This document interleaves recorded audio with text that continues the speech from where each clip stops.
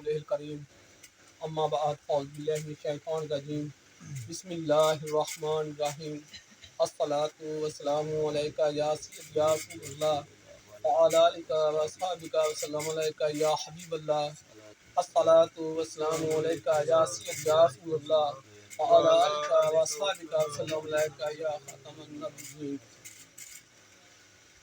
अल्लाह तबारक व तआला दा लख लख शुक्र आ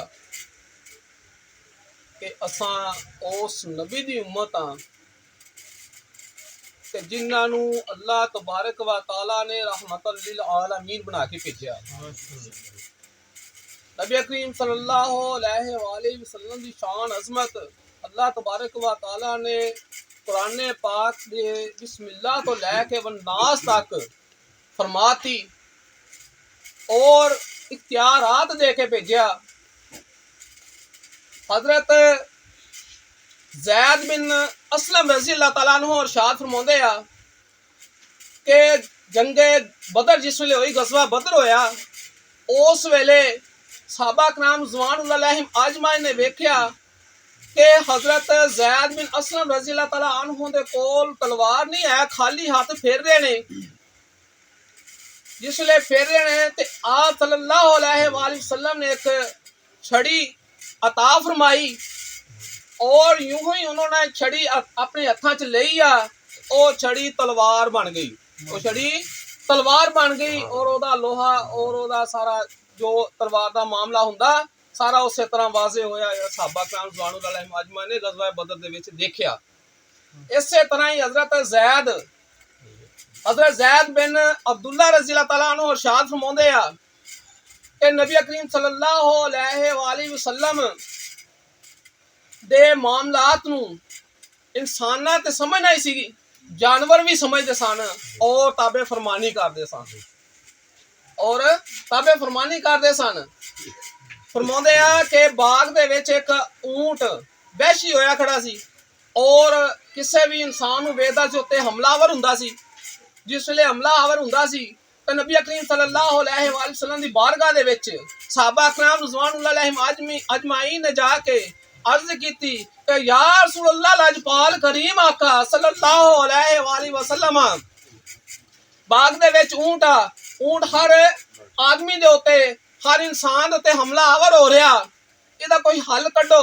तो नबी करीम सल्लल्लाहु अलैहि वसल्लम बाग की तशरीफ लैके गए और ऊंट नू आवाज मारी। ऊंट ने घुटने थले टेक दिते ने और होंठ जमीन दे नाल लगाते ने, होंठ जमीन नाल लगा के नाल चलदा आ रहा और आके बारगाह रसालत दे विच सजदा रेज हो गया।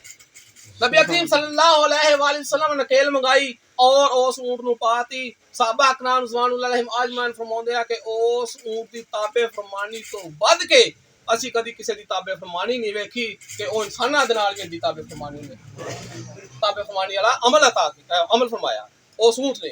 इस तरह ही सलमा बिन असलम रज़ी अल्लाह तआला अन्हु इरशाद फरमाते हैं कि अंसार दे विच इस तरह ही एक ऊंट वहशी हो गया। इस तरह ही ऊंट वहशी हो गया, लोगों ते हमलावर हो रहा। नबी करीम सल्लल्लाहु अलैहि वसल्लम दस्या गया, आप सल्लल्लाहु अलैहि वसल्लम जिस वेले जान लगे आ सहाबा कराम रिज़वानुल्लाह अलैहिम अजमाइन ने रोकया कि या रसूलल्लाह लजपाल करीम आका ऊंट बड़ा वहशी आ, बड़ा खतरनाक आ, ये नुकसान देवेगा, तुसी अगे नहीं जाना। आप सल्लल्लाहु अलैहि वसल्लम मुस्कुराए और अगे होके ऊंट नू इशारा किया और ऊंट इस तरह ही नस्या आया और आके बारगाह रसालत दे विच सजदा रेज़ हो गया। नबी करीम सल्लल्लाहु अलैहि वसल्लम ने उनकी शानी दे बालां तो फड़ के उन्होंने नकेल पाई और उन्होंने लोगों नू आख्या कि ते सवार होवो, इहदे कोल जिहड़ा भी काम लेना लवो और ऊंट ने काम दिता। और सहाबा कराम ज़वानुल्लाह अलैहिम अजमाइन फरमाते हैं कि उस ऊंट की ताबे फरमानी तो बाद के ताबे फरमानी नहीं वेखी। ताजदार मदीना सल्लल्लाहु अलैहि वसल्लम ये शाना देखो कि जानवर भी किस तरीके नाल ताबे फरमानी करदे आ। जे असी अपने गिरबानां नूं झाकांगे कि नबी करीम सल्लल्लाहु अलैहि वसल्लम दी असां किन्नी अतायत करदे आ, असां किन्नी ताबे फरमानी करदे आ, साडे सामने सारा शीशा सामने होएगा।